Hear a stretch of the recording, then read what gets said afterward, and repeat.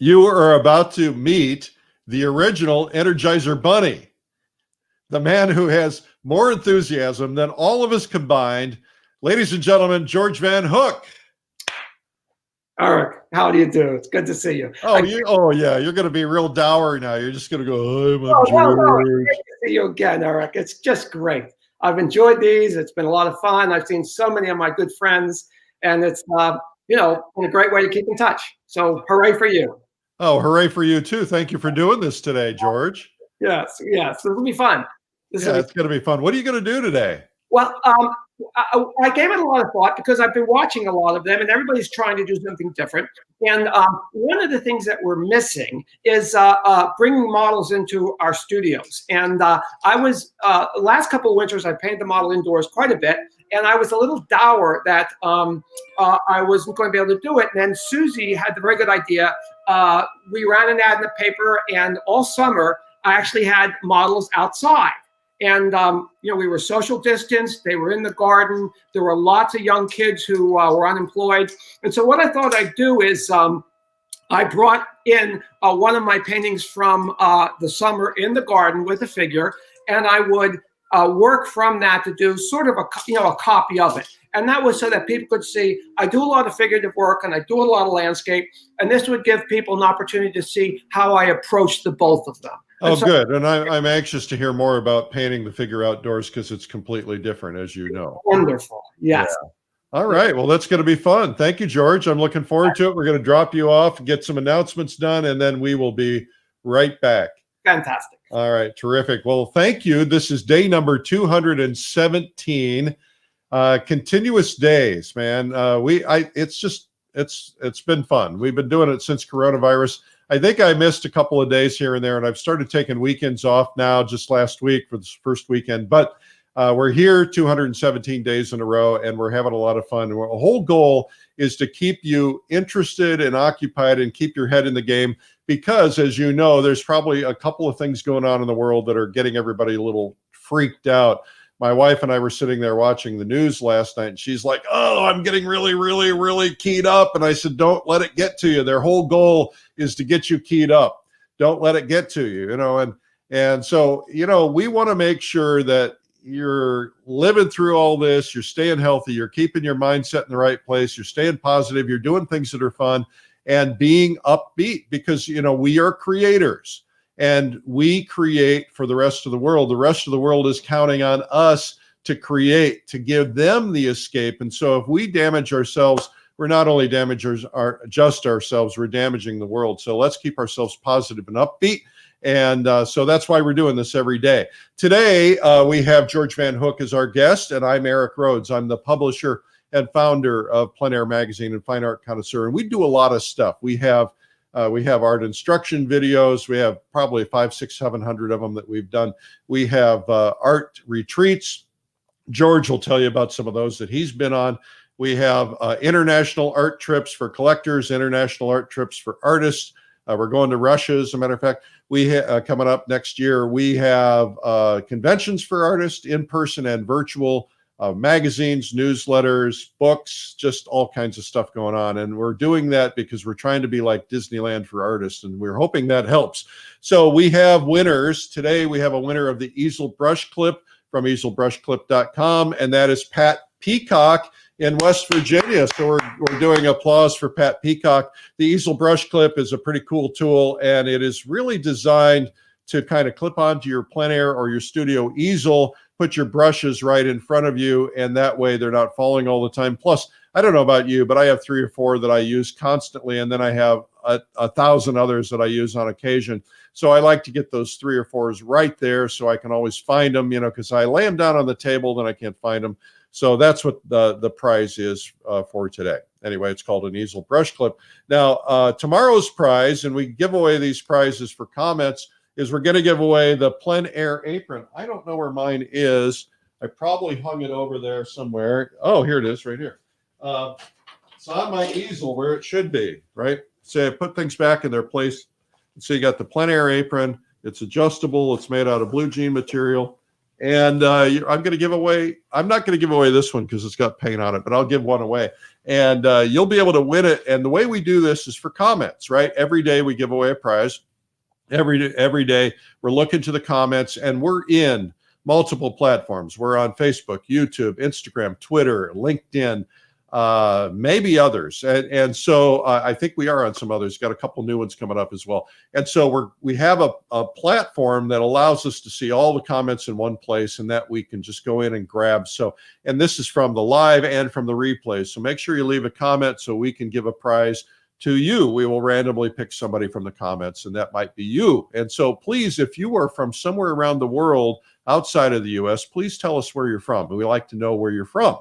All right. It's fun to see new people. And if you're new, in the comments, it'd be nice to say, hey, I just discovered you guys today, and we're new. Okay. So for those of you who just discovered us, we do all kinds of things. We have, like I said, all these different things, and you can find it all at streamlinepublishing.com/everything. That's our company name, Streamline Publishing.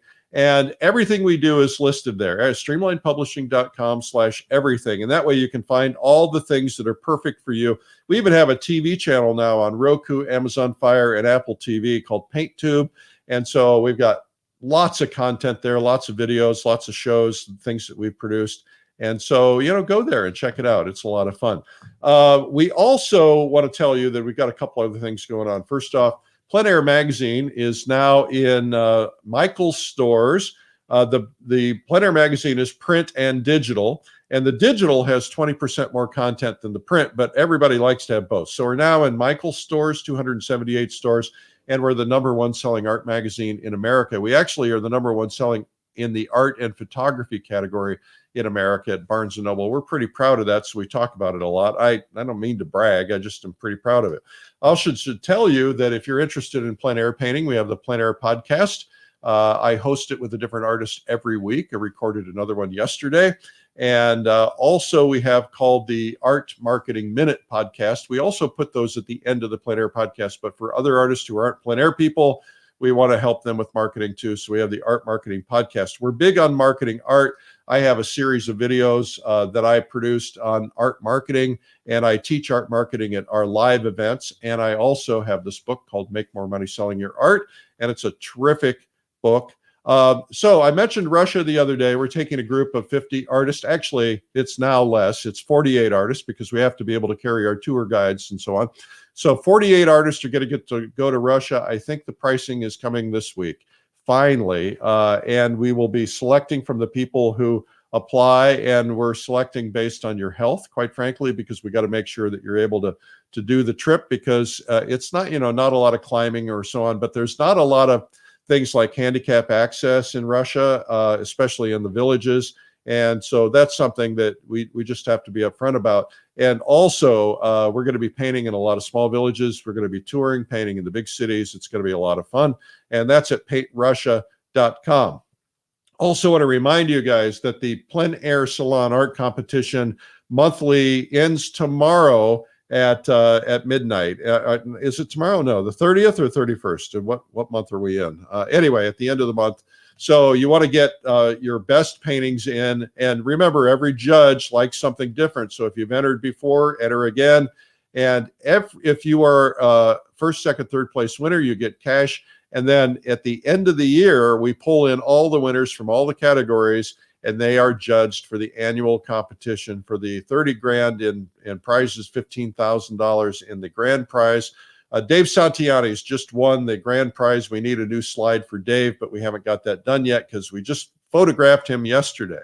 I want to mention that we've been doing a lot of conferences, but not this year. This year, we had to cancel everything that was live and in person, except for Fall Color Week, which we just did a week ago. But we have coming up in Colorado, our big plein air convention. We already had, 1,000 or 1,200 people signed up, and then we had to cancel. It's going to be a big party because everybody's going to be celebrating the fact that we're free and able to paint together, assuming we are, and we don't know that. But if we are, we'll be together May 23rd through 27th in Colorado. Just go to pleinairconvention.com. And please know that there is a 100% money back guarantee. If we have to cancel, you have to cancel because of COVID related stuff. then it's not a problem. So make sure you get signed up for that, because the price goes up on Thanksgiving or the day after, I think Black Friday. And so you want to make sure you get signed up. And it is going to be huge. It's going to be a lot of fun. We've got some amazing instructors. You can find them at pleinairconvention.com. We've also been doing virtual conferences, and we basically started out because we needed to save the Plein Air Convention. We did the Plein Air Live, a virtual conference. We had more people at that than we get at the real live and in-person convention. Then last week we did one called Realism Live, which was the world's largest realism conference. We did multiple subjects. And usually at our conferences, especially the Plein Air Convention, we have a watercolor stage. My voice cracked. I'm just 13. And we couldn't do separate stages at these virtuals. And so we've decided to do one called Watercolor Live. So we have a virtual conference coming up called Watercolor Live, and it has a whole lot of instructors, some of the best in the world, including Joseph Zbukvic, who is considered the best watercolorist in the world. And you'll see all the names at the website, and there's more to come. So if you're into watercolor, this is your chance. It's going to be a lot of fun. So go to Watercolor Live and get yourself signed up, because it absolutely is going to be a blast. And it's coming up in late January. And there's also a beginner's day for those of you who want to learn the basics of watercolor. That's coming up. And I'm not going to go through the faculty right now, but I want you to know that the faculty is absolutely amazing. And you can go to the website and find that out. Now, today we have a special guest, and his name is George Van Hook. And George does just absolutely amazing paintings. I got to know him in the Adirondacks at our annual Adirondack event. He comes up many, many times, does incredible work. And he's always the one that everybody just says, I got to have that painting. You know, his work is absolutely fabulous. And you're going to learn a little bit about that. These are all landscapes, but George is going to be doing a figure painting today, an outdoor figure painting from another painting. And he's got a great video out. It's called Paint Impressionism Outdoors. And that's out, and that is absolutely fabulous. And really to see his process is really remarkable. Now, I also want to remind you that today at 3 p.m., we have a video. And let's see, I got to find it. 3 p.m. today, we have William A. Schneider, and he's going to do Princess, and it is a pastel video, and that's today at 3 p.m. So you want to make sure you see that, and Bill's going to go through his entire process. Also want to tell you that coming up very, very soon, we have a new video coming out from the great Daniel Sprick. There's a picture from Daniel at the Realism conference last week. A new video coming out from Daniel Sprick on portraiture. We just did one from the great Russian master Nikolai Blokhin, and I don't think I have a picture of that, but that's a recent big one too. Is we're getting all these major artists, and that's really exciting. And so, last week in Realism Live, we had Odd Nerdrum, we had Cornelia Hearns, we were painting along together, and that was a lot of fun. So you'll have to join us on Watercolor Live, or if we ever do these virtual conferences again. So now I'm going to pull George Van Hook back in. George, thank you for your patience. No problem. It was fun to listen to all of this. That's we got a lot going on. You do have a lot going on. Yes. So as do we. Yeah, absolutely. Well, like I said, you're the Energizer Bunny.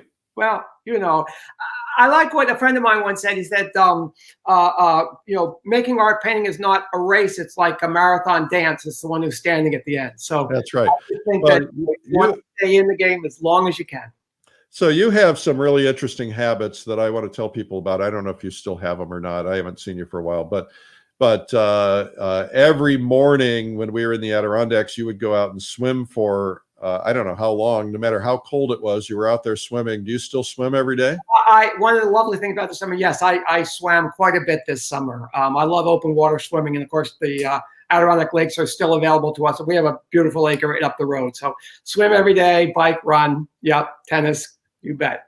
And you also have a pretty incredible diet, if I remember correctly. Well, if it was me, it'd probably be Twinkies and popcorn. But Mrs. Van Hook is, she's a botanist, so she has a huge garden, and we eat very, very healthy. So it's kind of, it's either that or you're on your own, kid. And so Hunger is the best sauce. So, well, there's a lot of things that make a difference.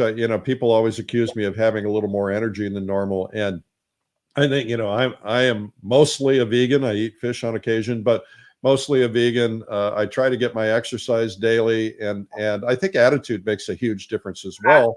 And we're both over 100 years old, and yet you would never know it. No, the teenagers kind of. No, I remember you kind of started that up at the Adirondack Paul Smith camp, and you lost a lot of weight.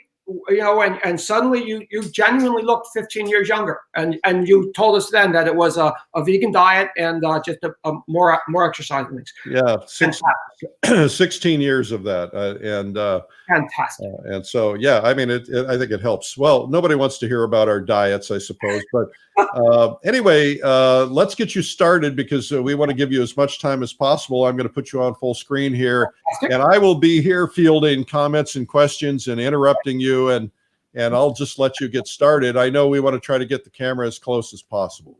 Okay. And also, so what I'm saying is that this summer I spent a great deal of time painting the model outdoors. In fact, almost the entire summer. I did a whole series of them. And I just thought, since a lot of us aren't getting a chance to paint both the figure and the landscape, this would be a nice way for me to do a demo that would combine both. So this was the painting from the summer, one of the ones that she's sitting out in our garden, and I just stretched this up, and believe it or not, I probably only spent 30 minutes this morning getting this first part in, and from here I'm just going to keep working out and using this as a reference. I'm going to paint just the same way as if it were the real figure, and so that is as I talk about it actually in my video, I am looking for shapes that interlock. What does that mean? So what that means is, they talk about drawing, and I think drawing, and particularly when you're outside and you're trying to accomplish something quickly, I'm going to, so again, pretending this is outdoors, I'm not going to look at this and think, okay, there's a leaf, there's a leaf, there's a leaf. I'm going to look at it and I'm going to go, okay, here is a dark shape that is essentially, an elongated rhomboid, and I'm going to put that in. And that is all I need for that. And then actually knowing that I wanted to go from the head out, I'm looking at it and I think, okay, another dark shape, and then another dark shape, dark shape, dark shape, dark shape, slightly less. And again, as you can see, I'm holding my brush pretty much at maximum distance, and I'm standing a little bit closer than I would because of the camera, but my idea is to stand as far back from it. And you actually, in my opinion, it's important to have an almost athletic pose. Every brush stroke, when you're painting like this, begins really down in your toes, and it comes up through your body and out the arm. And that's what gives you a sort of a vibrant athletic stroke. I don't think I can get you down to seeing my palette, but if you wanted to just tip this down, Susie, you can see my palette is arranged traditionally, and I always start by pulling the colors together.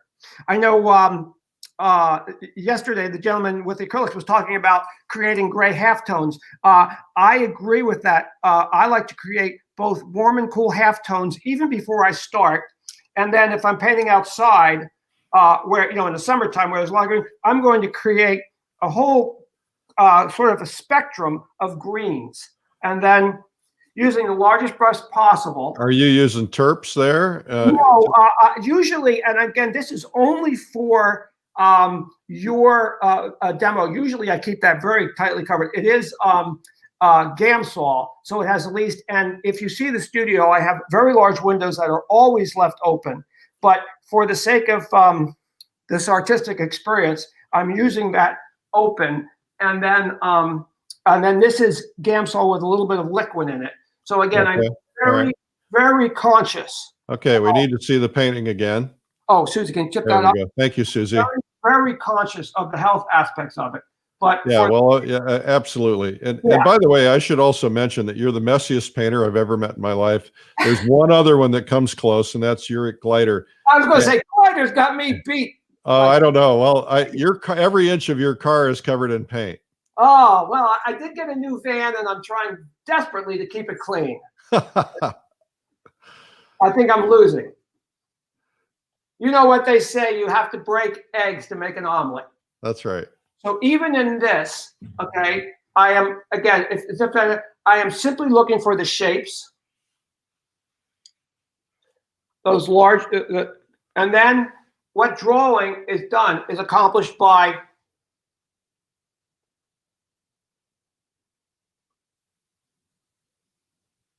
just creating lines around a few of those shapes. And then I move on. Again, just looking for, and again, I talk about this a lot in my video. Shape, okay, and then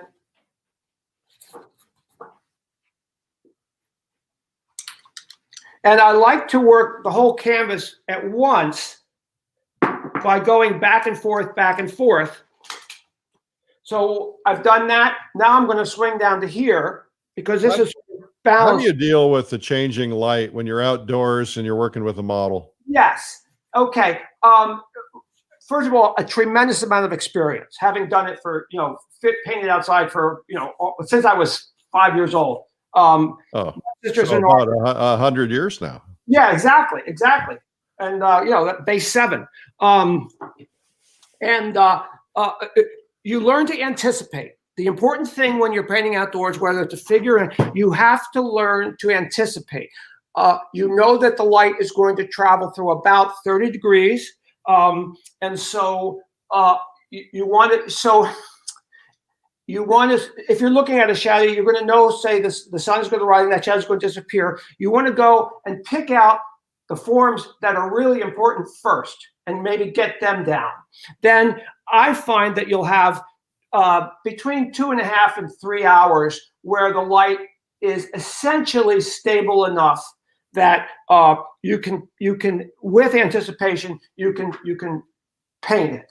After that, particularly if you're painting objects, it's probably moved around, and you want to go to a second painting. What I do to square that circle, of course, is in any given work days, particularly in the summertime, I'll have 3 or 4 paintings that I'll work on. Even with the models, I usually had a morning model that would come from 9 till noon, and then an afternoon model that would come from 1 till 4.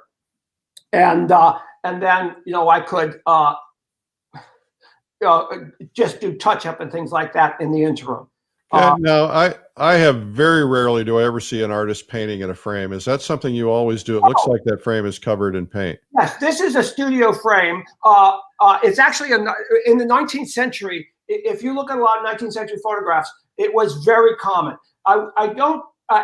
So yes, I'm doing it here for 2 reasons. 1, to make sure that this is more stable for our demonstration.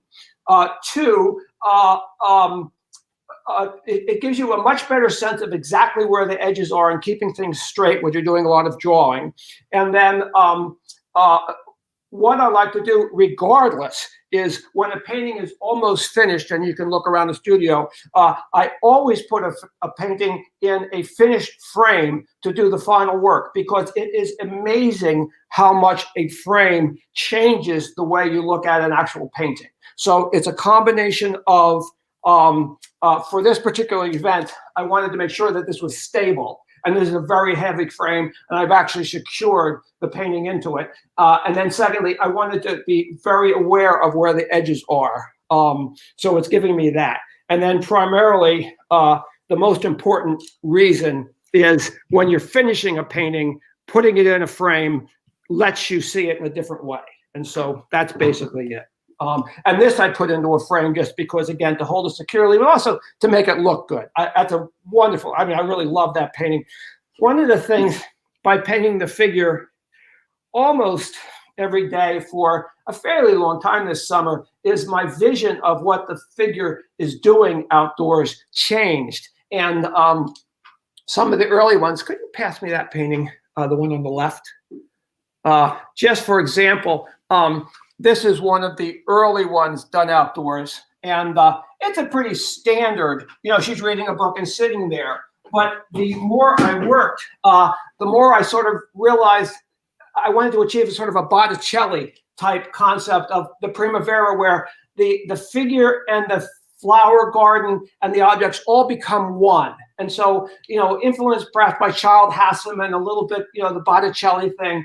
And I just really loved the way that this became almost a dreamlike quality. And, that's what working on the figure, every day for, 2 or 3 months lets you do. You suddenly, every one of us wants their vision to grow. And that let me achieve that. So.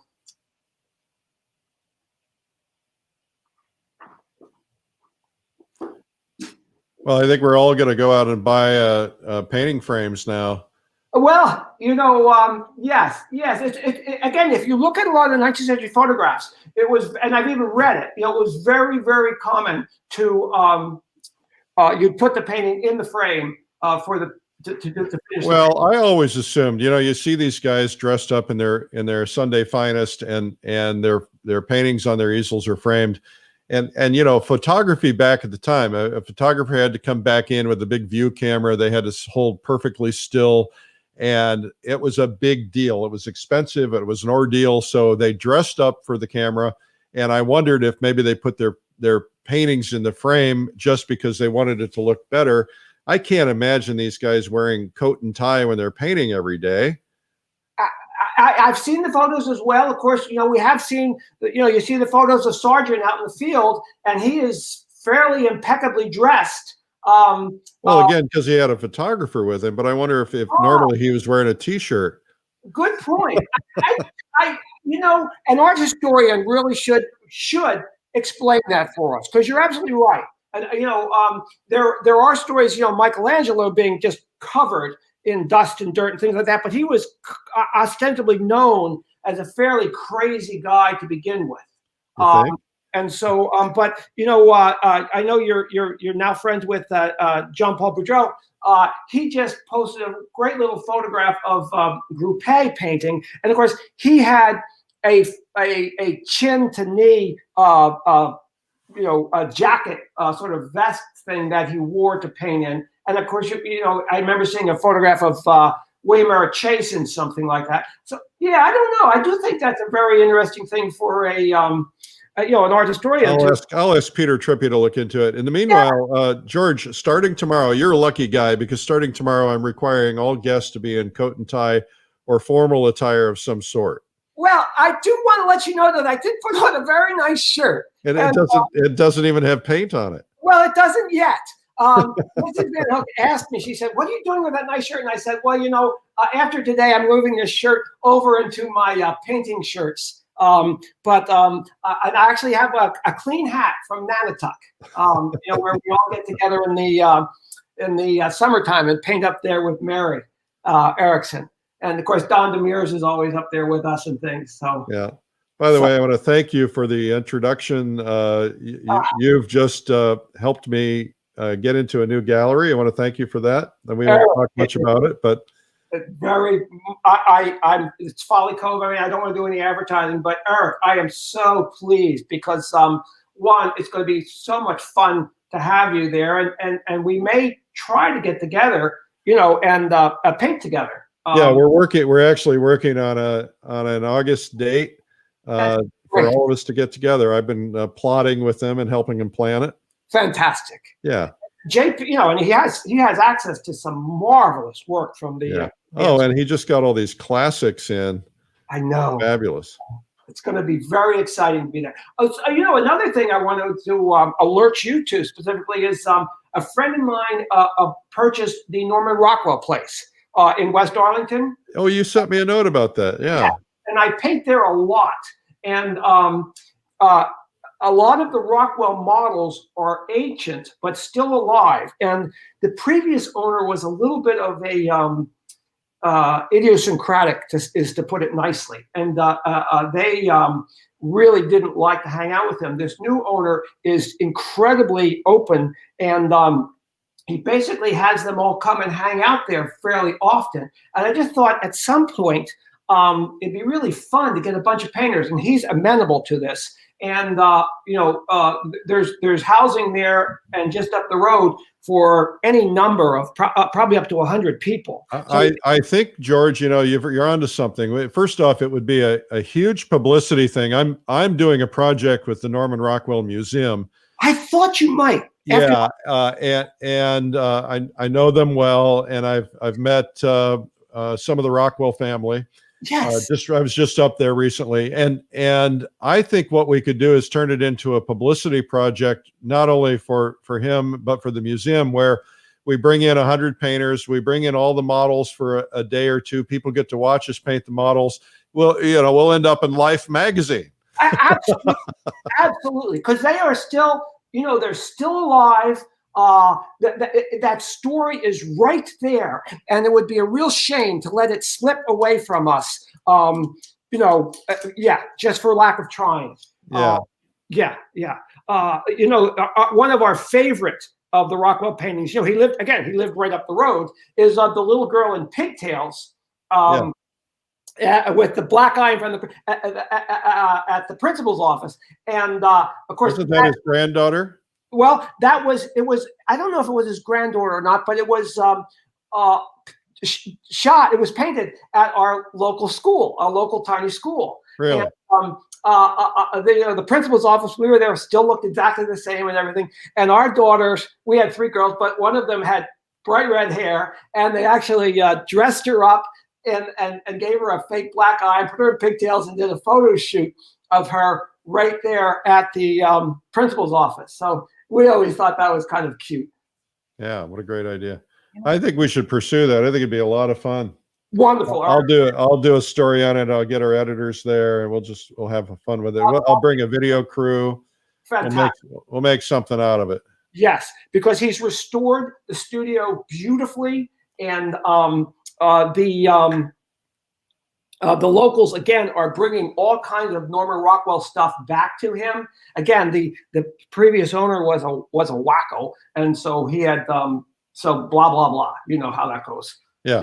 So what I've been doing here while we are just chatting, and again, Eric, you and I mean, we could chat forever because you're a tale teller and you have extraordinary experiences, and I'm just a big mouth, but I am continuing as if I were outdoors looking, and you can, if they've been watching, they can watch and chew gum. All I'm doing is finding a shape and putting it down, finding a shape. I could have been painting, the Titanic for all I know. I wasn't really paying attention. I was just looking for shapes. And when I talk about, what I'm also, one of the things I wanted to mention is I know Zabufnik, he did a wonderful thing where he sort of, it looked almost monochromatic, but there was a wonderful variety in the color we put on. And then the acrylic painter from Vancouver yesterday, I loved how he talked about modulating his grays through essentially complementary colors.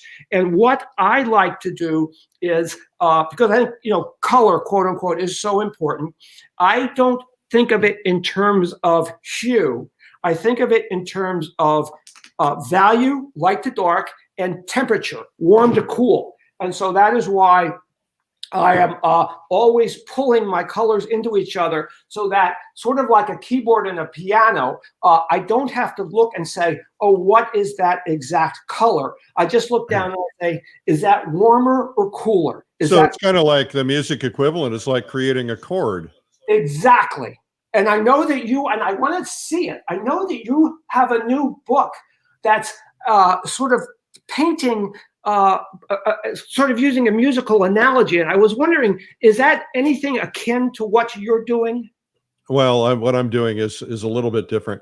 Okay. What I'm doing is I wanted to teach people values. I think if people learn values before they learn anything else, they have a better foundation. Absolutely. I'm hearing myself feedback. I'm not sure why, but anyway, the idea would be that I teach them the notes, which are the values, and then from that, they're free lessons. They're online at paintbynote.com. Okay, I'll look it up then. Yes. Because as you well know, value comes first, then temperature. Yes, and then actual tone. Yes. You have temperature things that you try to always accomplish. For instance, do you always try to put a warm next to a cool? Exactly. Well, one of the things I really like, and I know Sargent wrote about this, is that you can turn without changing value. You can delineate form simply by changing temperature. And I almost, if it was a 3-hour thing, or if I was doing a demo in a class or something, I tried to paint most of the figure in here with the same value. There's a little bit lighter, but if you notice, all of this form is turned just by going from blue to red to yellow. By the value is the same, but by changing the temperature, I was able to turn the form. And I know Sargent talked about that a lot in his portraiture. So that is one thing that I really enjoy, is that you use value to turn the form. The cooler will fall back and the warmer will come forward. Yeah. Yeah.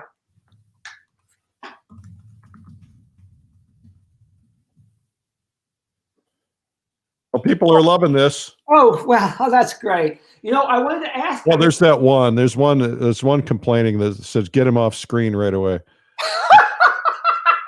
I'm joking. That's probably McVicker. Eric, your triplets entered college this year, right? Yes, sir. And is that okay? How are they doing there? Well, my Berkeley has 100% virtual classes. Okay. He's got some voluntary stuff on the side that he's doing that's in person. Yeah. Grace has one class in person, and Brady has all classes in person. So it's different for each one of them at different schools. Okay. Yep. And are they going to schools sort of down in Texas? Are they? 2 are in Texas, 1's in Arkansas. Okay. Yep. Good for them. Good. Yep. We have a lot of our peers' children are now entering college or some schooling like that, and it's just such a wide variety in what they're doing. Yeah. Three at once is a bit much. Eric, yes. I guess I should start asking for donations. God bless you, brother. Yeah, I mean, we put 3 wonderful, brilliant children through college, but then again, there's a whole string of banks throughout the Northeast that are, suffering from theft. So, but yeah. So we know what a challenge it is. But good for you. They're bright kids too. Whoa, yeah. Of course they are. Yeah, of course they are. I know. That's what I always said to everybody. Boy, we had a great mailman. I don't know if you can hear it, but again, we live in a very small town, a lovely little village, and the train tracks are right out back. I love it. There's a little train going by right now. I used to live next to train tracks. The train would come through every morning at 3 a.m, and I got to the point where I could set my watch to it. It was wonderful. Okay. Oh, gosh. But yeah, so here, I mean, one of the other things I love about, there's a lot. I'm always, as they say, steal everything. But I'm always, taking every idea I ever saw that I liked and trying to go. And one of the things I like about the figure outdoors is that, the landscape is amorphous. And so it lets you sort of, pick and choose and edit extensively. And then when you combine the figure. Quiet. I want to hear that horn. Oh, good. Throw the window open. Oh, it's not doing it again. No. Okay. I love it. This just makes me feel so Norman Rockwell, Oh, yes. And as you know, this is a very small town. I mean, there's one traffic light. And I love that. Yeah. We live in a small town in upstate New York, and we're on a lake, but we go into the town, and it's so nice because you see people every day. Exactly. It's absolutely fabulous. Yeah. So we have a new viewer from Scotland. Hello, Scotland. Welcome. I see Egypt. I see Italy. Let's see who else I see. You guys got to tell me where you're from. That's why I asked this. So I can make it sound like people are watching from all over the world. George needs an audience around the world, so you guys need to speak up. Yes. Barbara says she was with one of Rockwell's grandsons home in Berkeley recently, and she saw 3 family paintings just a few weeks ago. Oh my goodness. Yeah. Wow. So I'm sure there's a lot of stuff that's never been published. Absolutely, yes. Yeah. And they say, I mean, the locals here say, oh, if a project was completed and it was sent off, he just gave the stuff away, the scraps, the thing, he just gave them to whoever was around. Yeah. So they all have, and of course, that wonderful story about, I forget the name of the other illustrator that had the painting that he didn't want his wife to get, and so he built a false wall and hid the painting. What? Oh, this is a marvelous story. I can't recall what the painting was, although I've seen it. To another one of the great life illustrators there, maybe Post. No, not Howard Powell. He gave him one of a very large, probably 48 by 48 painting. And Rockwell gave him one. Rockwell gave it to him, and he had a bad marriage, and he did not want his wife to get. So he made a very meticulous copy of it, and then he built a false wall in his house, and he put the original behind it and hung the false painting there for his wife to see. She got it in the divorce, and it went to the Norman Rockwell Museum in West Stockbridge. Okay, fast forward, 50 years, and they have it on display. And I saw it several times because we live nearby there. And I always was confused by it because while the middle part of it was very tightly rendered, as you moved to the outside, it became quite impressionistic. And I always thought, boy, that just doesn't really work. Well, someone bought the house. Just recently, within the last decade, was doing renovations, discovered this bizarre wall, tore it down, and found the original. And maybe 7 or 8 years ago, they had an exhibition at West Stockbridge where they hung them side by side. Oh my! And the centers of them with the figures and all of that stuff were almost identical. It was an extraordinarily well done copy. But as you move to the outside, I remember specifically there were a whole bunch of fabrics with lots and lots of stripes in them. And of course, Rockwell painted them meticulously to the edge. And the other guy just kind of at the end just kind of went chuck, chuck, chuck, chuck, chuck. And so they hung the two of them side by side. And I should know, we can find out what exactly ended up, what was the end of it all. But, it is kind of an interesting story. Those illustrators. Was it Leyendecker? No, it was there were Rockwell, and this is something that we'll explore more. I don't think Leyendecker had a wife, actually. Yeah, exactly. There were the two brothers, but they were his pals down in New Rochelle, and of course they were Rockwell, was an alcoholic down there, and partly because he hung out with a very, very, very fast crowd. And why was it that New Rochelle had become an illustrator capital? Everybody lived there. I assume because it was served by the train. You were 12 miles north of New York City, and so you could do your work there. You were in the country. You could be at the country club. New Rochelle had some very high-end country clubs. You could be part of the country club crowd. And you could get your work in New York City in a half an hour. Jump on the train and you'd walk your paintings into the art director. That's what I assume. New Rochelle is a very Tony town.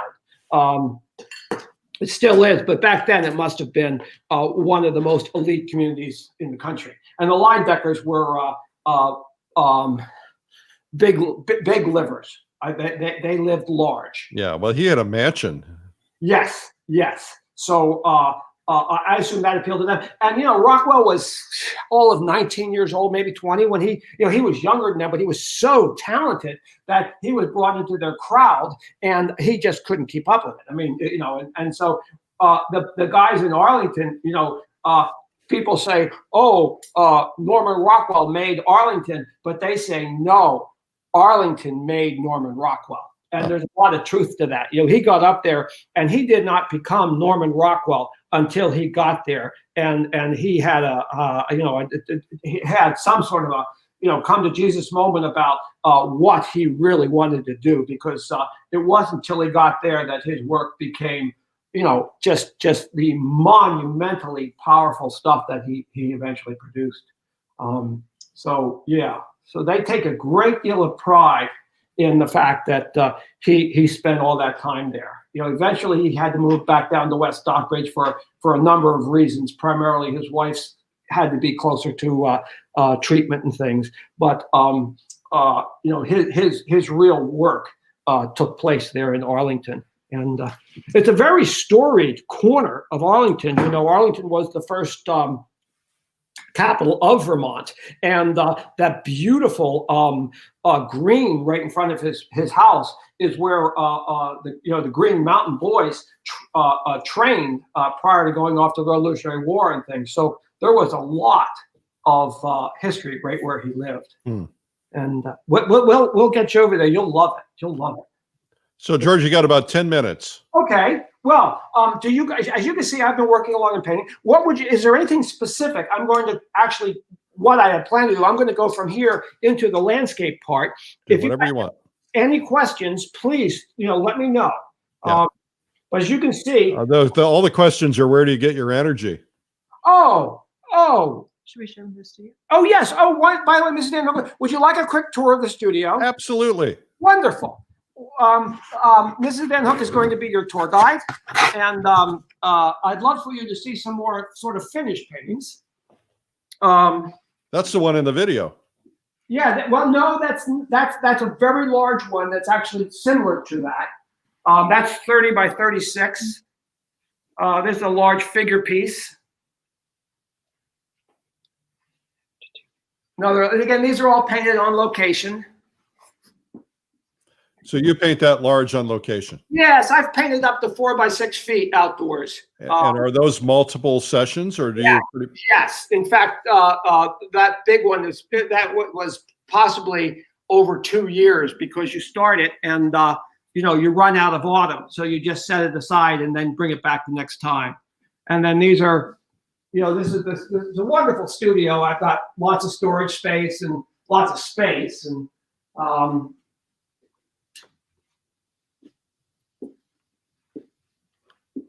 very nice. Okay, let's turn the camera the other way. All right. Okay, more storage. There's a mirror. And it looks like it's an arts and crafts style, I'm noticing from the windows.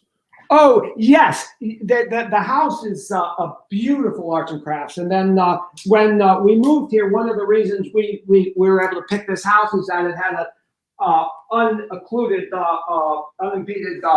view to the north. And so, as you can see, I have large north windows and then large north skylights. So, there's really just spectacular daylight.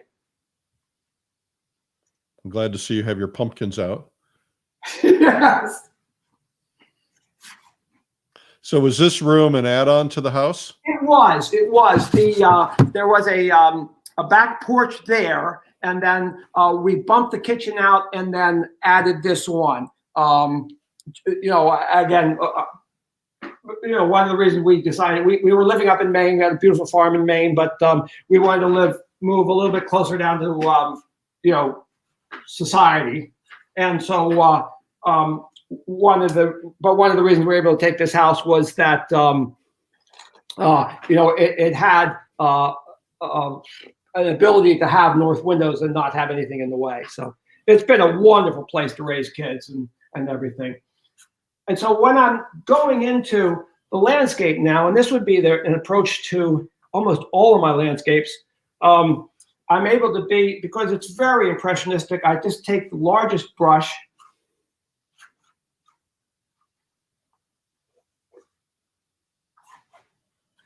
and I'm trying to just create a color field down here. So this is... My tendency would be to want to just scumble and cover all that and then put color on top of it. Well, this is a fairly impressionistic, so I'm just getting the green in, and then over top of that, and again, like this painting was probably at least 4 sittings outdoors. maybe, yeah, probably 4 or 5. And, I can remember just spending, a full session just on creating this sort of color field where, you're moving through the flowers to the background and then back up to the flowers. And this is where, a fully loaded brush and a lot of paint will come in.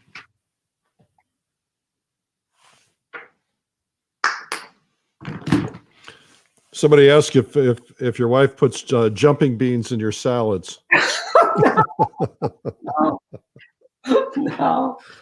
She does make sure we have, but she's retired. She taught at Skidmore. I think I mentioned she taught at Skidmore College for many, many years. And then she helped start a company that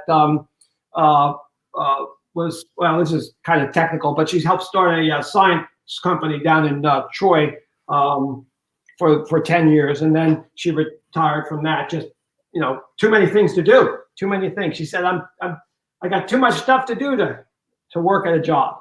And, we have 4 wonderful little grandkids. And so she's very busy with helping with town events and things like that. I mean, helping to run the politics. So she's 3 times busier than I am. I'm busy, but she's, And so here again, I just loved it. I was sort of standing amidst a massive number of flowers, and I just used them as a foil.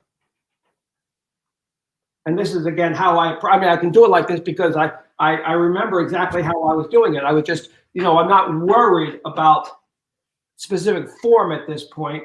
I'm just putting down color spots. Did you stage that entire scene, placing the pots in the chair in that place, or did much so? I knew I wanted to create I knew that this was all going to be almost chaos. And so, as you can see, I created a triangle, a very stable triangle here. And so I think that's what sort of makes the painting work. If this had been, kind of less stable, then you would have slipped off. But I did set that up. Again, it's right outside the studio here. It's in a spot where I knew that we would have beautiful light. This is a morning painting. We'd have beautiful light up until, about 1:30, 2 o'clock. The shadows would be in shadow. How long was the pose? I could keep her. She was wonderful. This little girl. She was the salutatorian. I had both 6 feet tall. Yeah, I had both the valedictorian and the salutatorian working for me. So I figured, I had to keep my mouth shut, which was very hard. But she would sit for. She was a trooper. She would sit for about 2.5 hours each day, and sometimes she would also come back. And she would be my model for the afternoon painting. In the backyard, we have a beautiful area of trees and lots of shade. And, it can get pretty hot here in the summertime, so we try to go back there and work there in the shade in the afternoon for the afternoon painting. I think we need to do a video painting the model outdoors. Oh yes, Eric, it is thrilling. Yes. If you ever need anybody to help with that, give me a holler. But consider this your holler. Okay. This is how things get done around here. That's good to me, brother. Yes. No, painting, it's so, again, as you know, Eric, I grew up on the figure, and I spent all that time in Europe copying at the Louvre and things. And, I always say, the figure is the basis for Western art since the Renaissance. Even in, landscape painting, it's still predicated on knowing how to see form. All the good landscape painters talk about seeing the form in the landscape. And so for me, the marriage of the figure, which I just simply adore, and the landscape is almost, the apogee of aesthetics. How's that sound? That sounded a little hyper-fluent to me. Yeah. No, it's just, and all the beautiful, one of the things I painted all of these at home, but, I've painted the figure. We were up for many, many years up on North Haven in Maine on the island. And I've done scores of paintings of the figure on the beach. When we're up in the Adirondacks, painting the figure by the lake or by the riverside. I know that that's a pretty, standard way to approach it. So yes, I think the figure lends itself. And one thing I never really painted, a little bit when we were out in Northern California, the figure, I would love to see someone approach painting the figure from life in an urban environment. You see a lot of, people painting, but they tend to go to the photograph. I would like to see maybe Garen Baker or something like that, someone who's, more of an urban painter, painting the figure. So yes, there's so many, the figure lends itself to so many interpretations now. I know a lot of people are doing the Zoom figure classes, and I it's sort of a necessary survival mode. Yes, exactly, survival mode. So I'm just hoping that and it's actually beneficial because it's opening. Oh God, I'm here holding all these brushes in my hand. I should get my brush clip out. Yeah, shame on you. By the way, we need to stop. I've got several of them right back there. Hang on. I thought about that when you said, "Oh, I better get my brush clip out." That's right. Well, we need to stop, George. I'm going to have to cut you off. Fantastic. You can see the way I approach it, and at this point, it's get paint on and get it in the right place. Oh yeah, I think we're done. Well, that's terrific. Eric, great to see you, brother. George, it's great to see you. Thank you so much for doing this. Everybody's like loving this, and it's a lot of fun. Thank you to Mrs. Van Hook. Yep. You're welcome. Yep. You're welcome. Thank you. Thank you. All right. So you've been seeing George Van Hook, and what a bundle of energy. Everybody's wondering where he gets his energy. I'd like a little of that myself. Well, thank you for watching. We do this every day at 12 noon Eastern and at 3 p.m. Eastern every day. We do a video sample. Today it's going to be William A. Schneider, and it's called Princess in Pastel. You want to see that at 3 p.m. It's on YouTube, Facebook. And the best thing you can do for us and the best thing you can do for you is to subscribe. Go to YouTube and hit subscribe. Just search Streamline Art Video. Now, we're also on Facebook, so you can subscribe on any of our Facebook channels, wherever you're watching, subscribe, and that will help you see it. And again, I'm here every day at 12 noon, and then we do a 3 p.m. video sample of what we're doing. We have a terrific event coming up. I should mention that George Van Hook has a video, and it's called Painting Impressionism Outdoors. You can get that at lilyartvideo.com. And George, I'm sure, would love to have a commission on that. So, and we'll talk to him about another video soon. We also have this new event called Watercolor Live, and we have the top watercolorists in the world, January 28th through 30th, with a beginner day on the 27th. Go to watercolorlive.com. Get signed up before the deadline, which is around Thanksgiving. Otherwise, you're going to pay a higher price. Speaking of deadlines, Plein Air Salon deadline is around the corner, and you want to get signed up for that to win the money. So go to pleinairsalon.com. Last but not least, on Sunday mornings, and this Sunday, I'll be writing something special about what we're going through at election time. So go to coffeewitheric.com, and I don't get political. I don't do politics, but I will talk about what we need to be thinking about. And so go to coffeewitheric.com and subscribe. Thank you for watching. I'm Eric Rhoads, publisher, a fine art connoisseur in Plein Air Magazine, along with Plein Air Today, Fine Art Today, Realism Today, and American Watercolor. And we will see you tomorrow. Have a terrific day. I get to go to the dentist. Lucky me.